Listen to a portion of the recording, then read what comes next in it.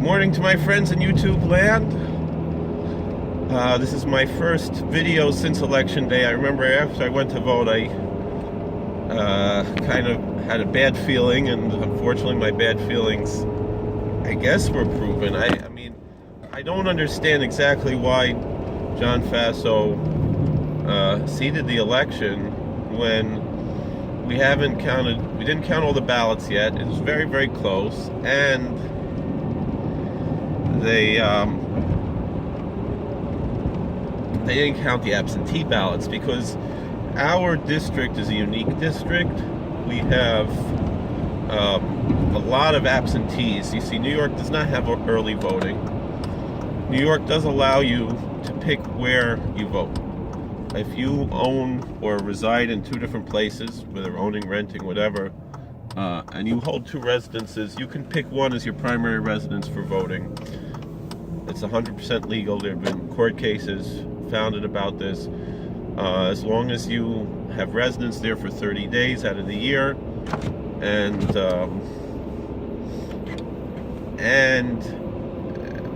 what one court case founded was that it should be a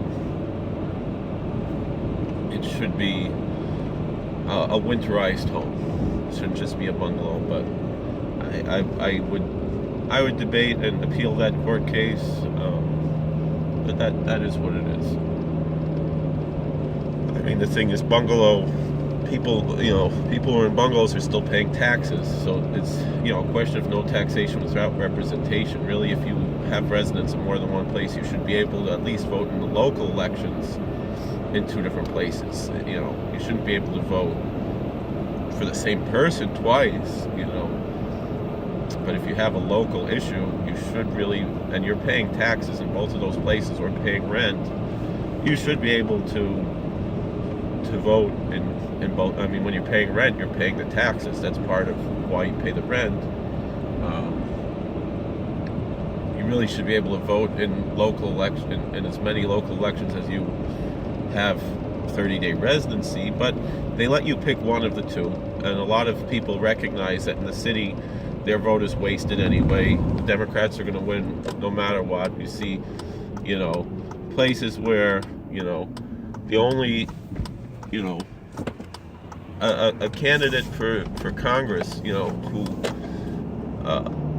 only got maybe 15% of the ballot in New York City, won a neighborhood like Borough Park by like 75% or something like that, So,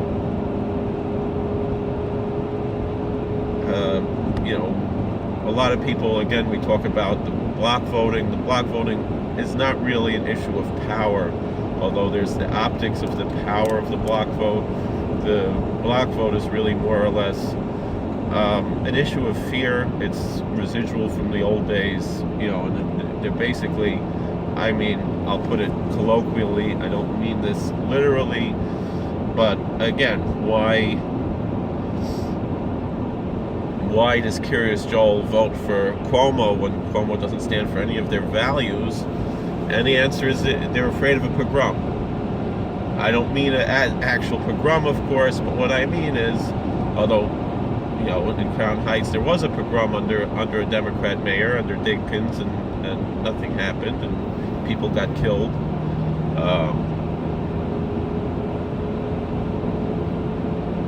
But the thing is that, to be honest, being there in Orange County, where more people are voting Republican, they should probably also be afraid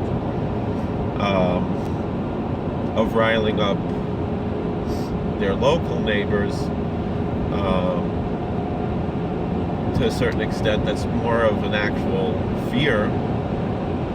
There is a clear, reason to be afraid there. But the question is who's who, what's what, how, because obviously there is diversity.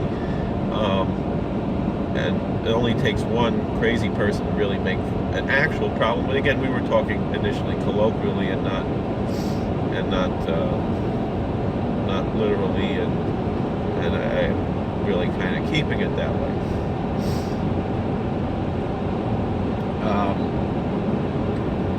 But what I mean is that there is, and one of my friends, oh, it's nothing. No,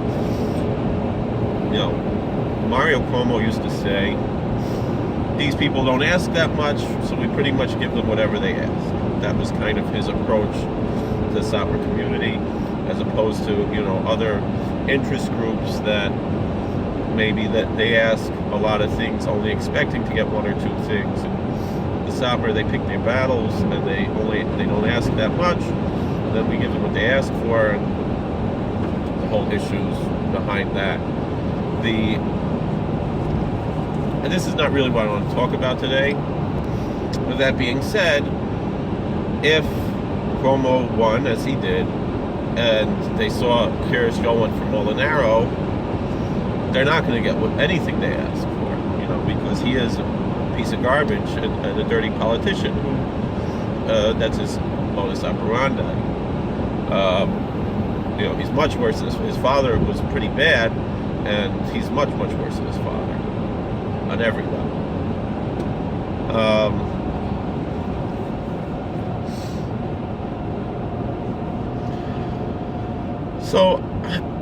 But again, and I'm not going to talk about Indian of the Mamzeris and the Megadol Mamzerim, who was apparently elected in our district, Abel Maven Yovan. And you can look up, it's not a Guzma.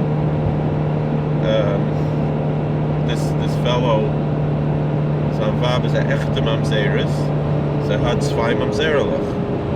This is the truth. You can look it up. I mean, all right, we can feel Lazicha for Moshe, but according to Rav Henkin, for sure, there's no question.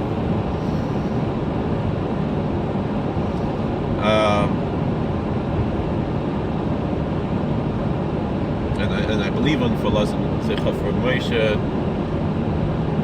Seven, there's a nafkamina, I would say, between someone who just had a totally civil marriage, and a reformer, and certainly conservative marriage. There's what to say that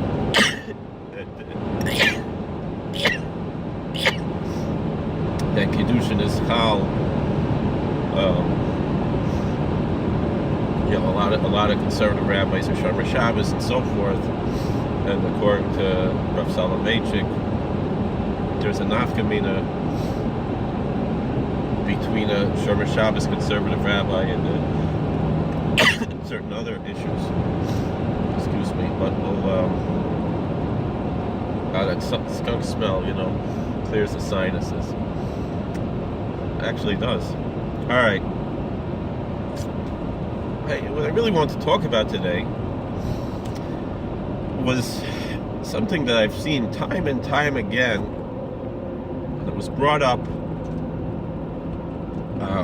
I don't watch the show The View unless I happen to be passing by at work when they are watching it. At my new job, that's not a show that they tend to watch. My other job that I still hold, but I'm only there on Sundays now, they were. But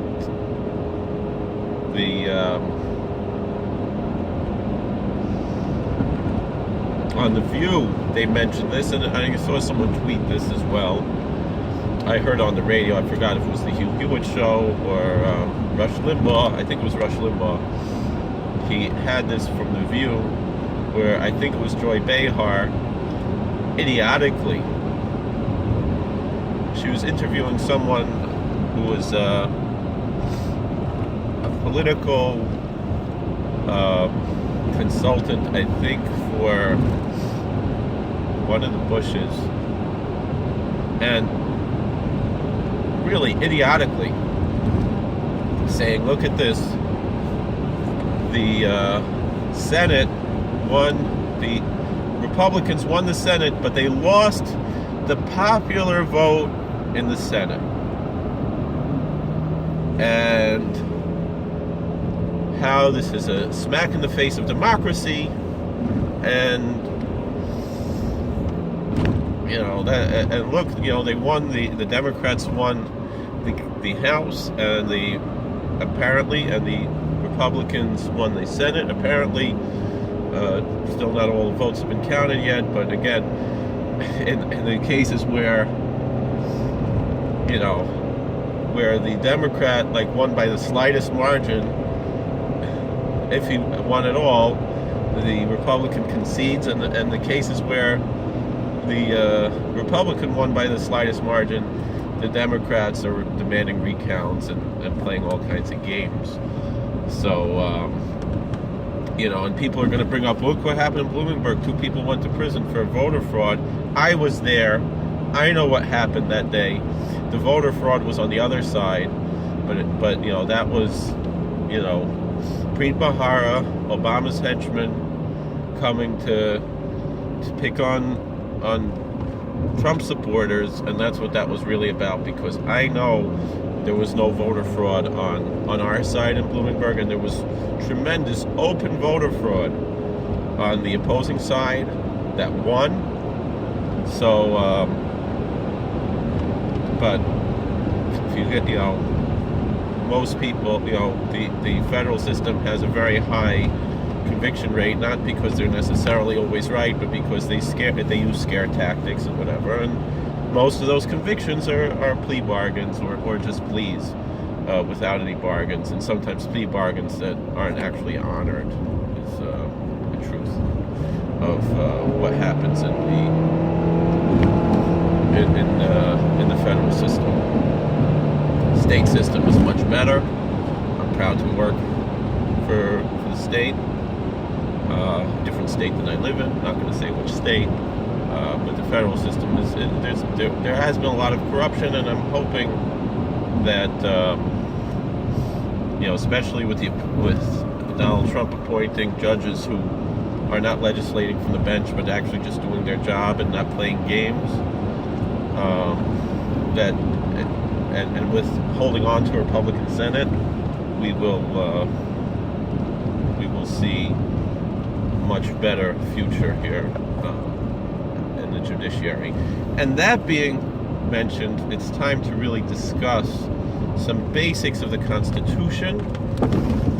We talk often about 3 branches of government: the legislative, the executive, and the judicial branch. Those are the 3 branches of the federal government, and they exist on state and local levels as well.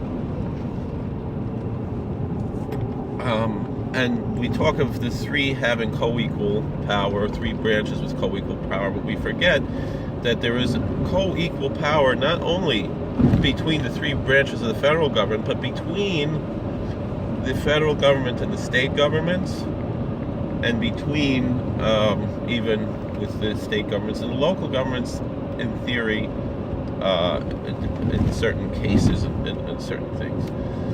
And that the federal government is not supposed to be this leviathan that conquers and destroys the states. And so to say something so stupid as talking about a popular vote in the Senate, that is the most idiotic thing that can be imaginable. I don't understand how that can even cross someone's mind to talk about a popular vote in the Senate, because we have to look at the difference between the Senate and the House. It is, as much as I have issues with the Democratic Party, and I feel that in general they don't really believe in democracy, they believe in mob rule. They are collectivists. They don't really believe in individual rights the way the Republicans do. They believe in dividing us up into groups. It's really the same old Jim Crow racism, just manifesting itself in a different way, but the ideology has not changed. Democrats don't see Americans as individuals as much, whether they be black or white or Asian or Hispanic, but they see them as groups, that there's the group of the African Americans, the group of the white Americans, the group of women, the group of men, the group of black women, the group of white women, the group of gays, the group of straight, the group of this, the group of that, that they see people as groups in the collectivist form, whereas the Republican Party sees the right of the individual as being paramount.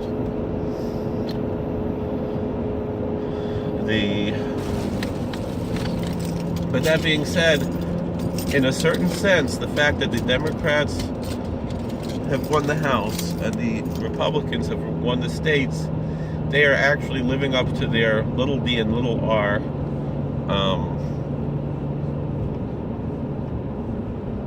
names. It's a fascinating thing, to be honest, because there used to be a library here. What happened? So,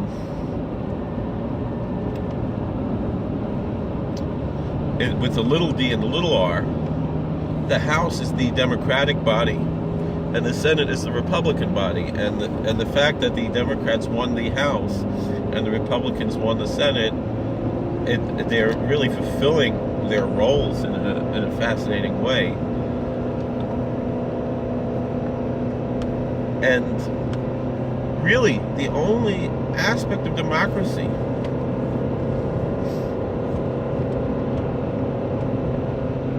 that our founders really intended to be really involved at all in our constitutional republic is the House of Representatives. The Senate is not meant to be a democratic body. The Senate was meant to be the closest thing to aristocracy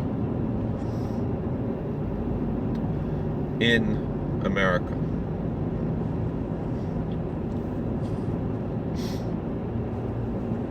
In a way, and I know this is unpopular, but the truth of the matter is, the 17th Amendment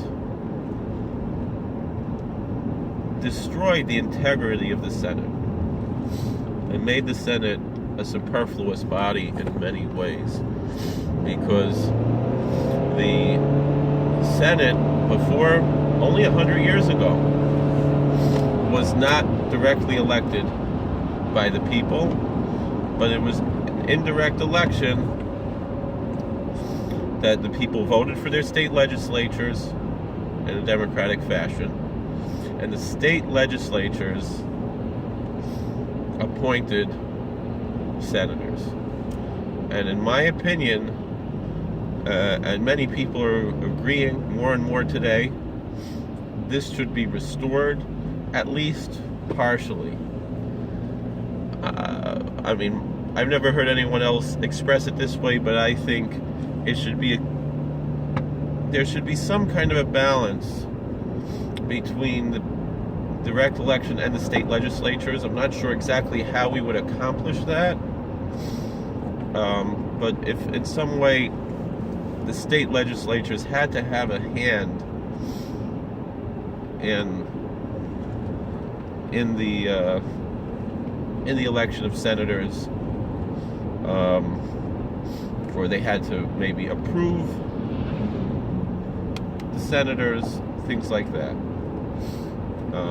or perhaps either that the choices, perhaps two possible choices, would be generated from the legislature. Could be one way of doing it, or the other way is that after the people vote, the state legislatures had to have some say, maybe really on both ends. The state legislature should really have the first and the final say, and then the people could have some say in it as well. Perhaps that could be a compromise.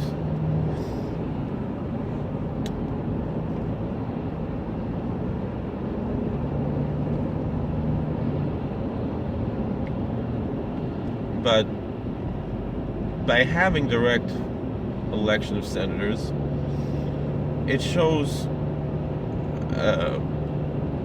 a lack of esteem for the states, because the states are supposed to have a co-equal say with the federal government. Not that the states can do whatever they want. States' rights has a limit. And if the consensus of the states decides that something is not acceptable within the union as a whole,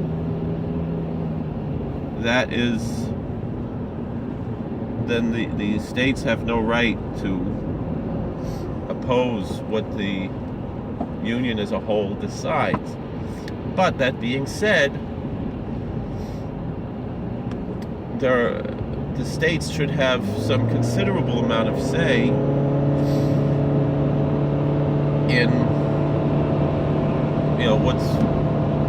what's actually going on in the federal system, and it's not supposed to be directly to the people, especially a house like the Senate, which doesn't have as much to answer to the people. Meaning they're there for 6 years. They're there longer than the president each term.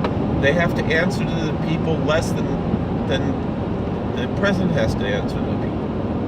And the president even really wasn't supposed to be answering to the people. The president was supposed to be answering to the Electoral College. And then the people vote for the electors, which is how it still is, but it's changed a bit from how it started off. And again, not everything how it started off is necessarily how it has to continue to be. But that being said, sometimes mistakes are made in the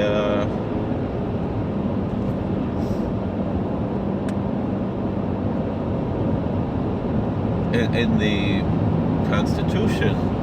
We did repeal prohibition, and I think similarly we should repeal another act from that same progressive era of the 17th Amendment. It really has no place in the Constitution any more than prohibition. I know it's not going to go anywhere, but it should be something that's on people's minds to consider, because it's a demonstration of ignorance of what the Senate is supposed to be. And this whole discussion of the national popular vote of the Senate, are these people idiots? Like, that's not how this works. That's not how any of this works. National popular vote in the Senate. Are you serious? Like, what are people thinking? So, still as it is, each state gets 2 senators. The Senate is the federal body, and the Congress is the people's body. The Senate is based on the Roman Senate.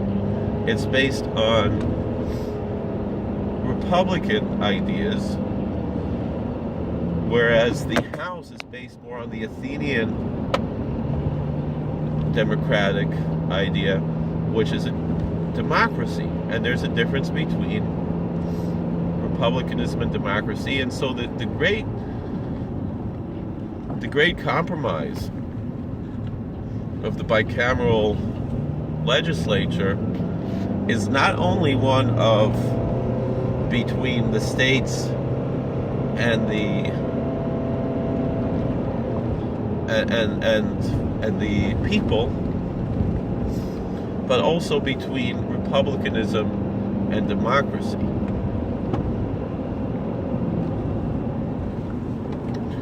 So there's a lot really to discuss here, but it just boggles my mind how anyone can be so ignorant to talk about popular vote in the Senate. I mean, the Senate represents the states. It's not like just a... Are they suggesting that, like, the whole country should vote for 100 people? And, like, what are they talking about? Like, that's not how this works, you know? And we have the House for that. I mean, the states still exist, you know? If you know, if we would popularize and democratize the Senate, then there is no reason to have 50 states. We just have one federal government, and that's exactly what the founders did not want. And it seems that that's exactly what the Democrats want. Democrats want one all-powerful federal government ruling every aspect of our lives as all Americans. And that is not only unsustainable and not only insane, but it's un-American. We are the United States of America. We are not just, you know, one big state. Each state, we have a concept of federalism, where each state has its own unique character, and California is not supposed to be telling Texas what to do. But that's what's going on here. That's what's, I mean, that this guy, Beto, which is not even his name, Robert O'Rourke, who wants to, like, rebrand himself as a Hispanic, but his opponent is actually Hispanic, you know? Like,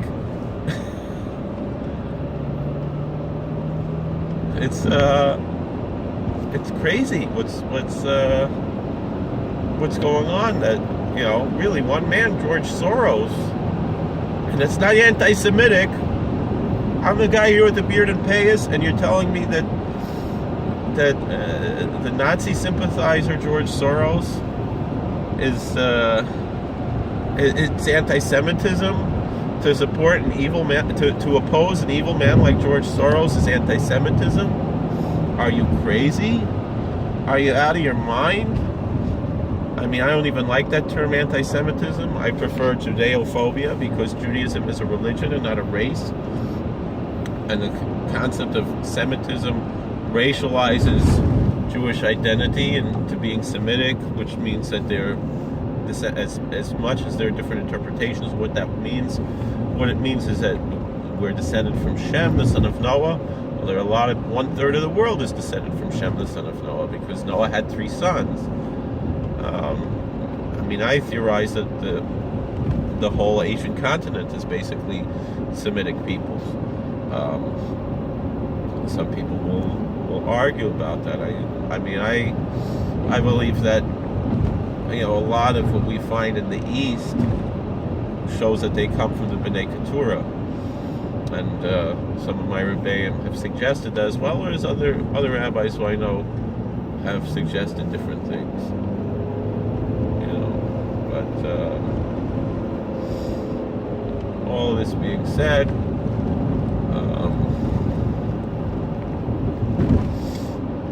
you know, we gotta pay attention to certain things, keep in mind certain things, you know, what everything's all about here, and to go and say, oh, you know, the Democrats lost the popular vote in the Senate. Well, California gets 2 senators, just like Wyoming gets 2 senators. I mean, what are you talking about? Losing the popular vote in the Senate. What does that even mean?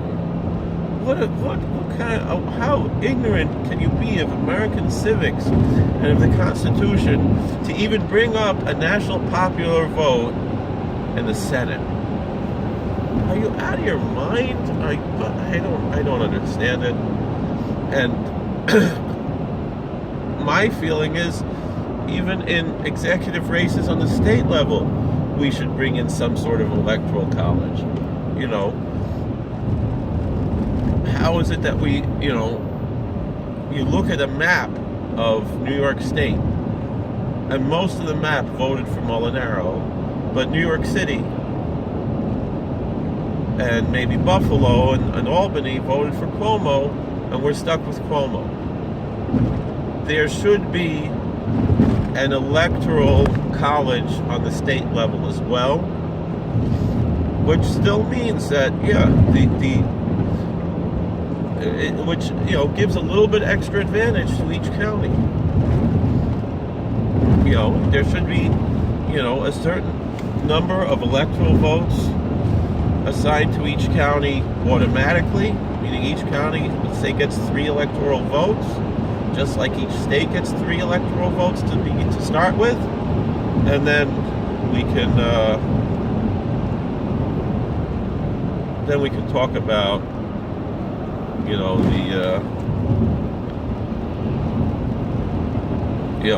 when you have more votes, more people in a county, then each county gets. Although the thing is, New York City is kind of crazy how one city is divided to 5 counties. That's kind of crazy. Really, New York City should just, they shouldn't get 15 electoral votes to start with. They should, although still that gives Staten Island something to start with, but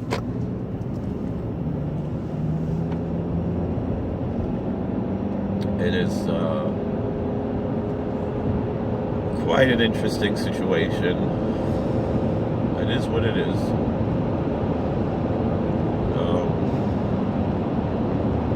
I don't know what else to say. But I have a question. I don't know if people have an answer to this. We still have the majority in the House until January. The Senate has a very slim majority now, and will have a bigger majority in January. Can the House vote on bills and pass them through the House before January and send them to the new Senate? I don't know if that's allowed. I'm kind of disagreeing with a friend of mine. My claim is we can do that. My friend says he doesn't think it's allowed. Does anybody know? Here I'm showing my own ignorance, but it's not as ignorant as suggesting that the Senate should have some kind of a national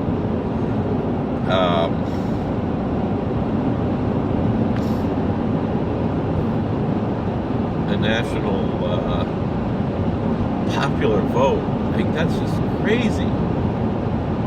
Let's just get rid of the Senate then. We just need the House. Really, I mean, after the 17th Amendment, there's almost no purpose in the Senate. And the kind of circus that the Democrats turned the Senate into, and some Republicans tried to. I mean, Judge Roy Moore running for Senate, that wouldn't have happened. As much as, I always liked him as a colorful character who stood up for the 10 Commandments, riding on his horse, and, with his cowboy hat and everything, and I was kind of joking around, will he be Senator Judge Roy Moore? If he becomes a senator, and whatever it is,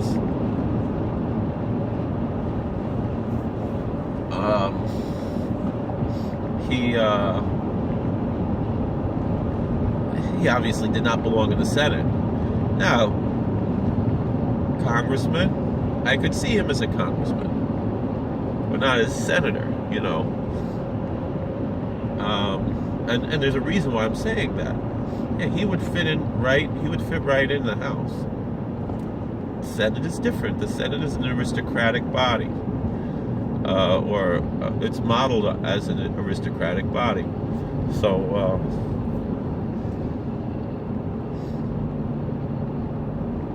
these are the types of things to consider.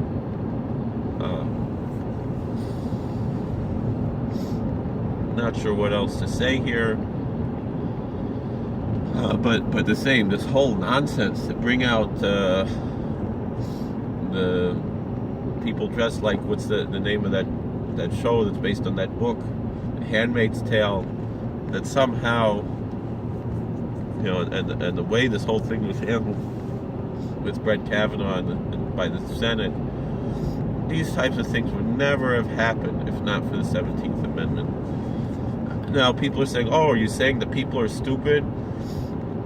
No, not, and they're like, and what about the corruption of, the state legislatures? Well, who's voting in the state legislatures? The state legislatures have to answer to you, but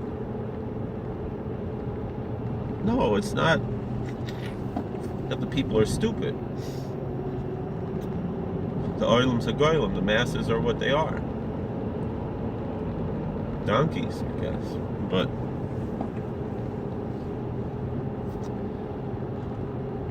it's not exactly what we're saying here.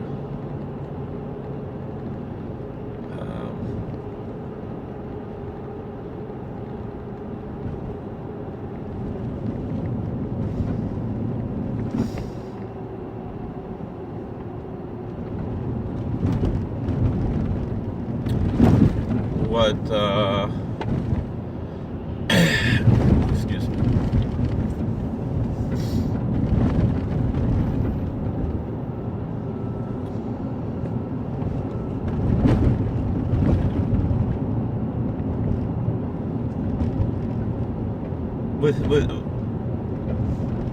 Now, first of all, I suggested it shouldn't be the state legislatures by themselves. It should be like somehow of a hybrid between, it doesn't, obviously there were issues before the 17th Amendment that led to the 17th Amendment, but it has to be a balance between the two. That, the people and the state type of thing. I mean, the truth is, I think it was overstated, the problems with the state legislatures. But, we didn't have these characters like Schumer and Gillibrand and all the, these type of characters didn't show up when we had direct election of senators.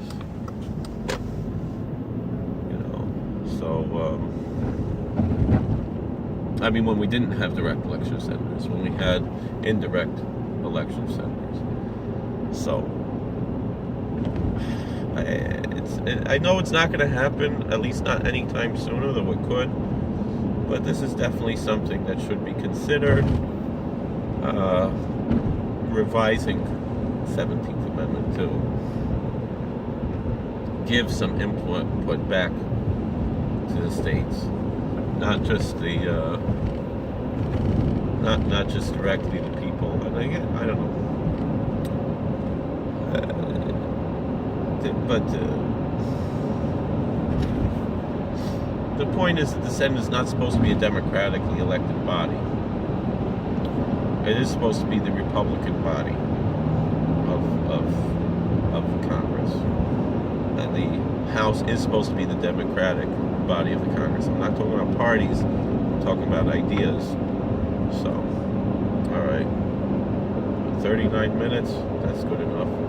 Thank you for watching. God bless. Please like, share, and subscribe, comment, and we will see you again. I feel a little bit better now. I 4 days later, feeling really bummed about John Faso losing. I really liked him. He was a real mensch. He is a real mensch. I still like him. I hope he has a future. Maybe he could run for governor. He would be a great governor. I'm really shocked that he lost to this Gadol Mamzer. So, all right.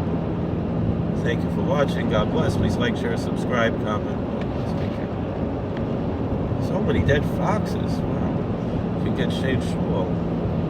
Shane Schmuel's from Mace.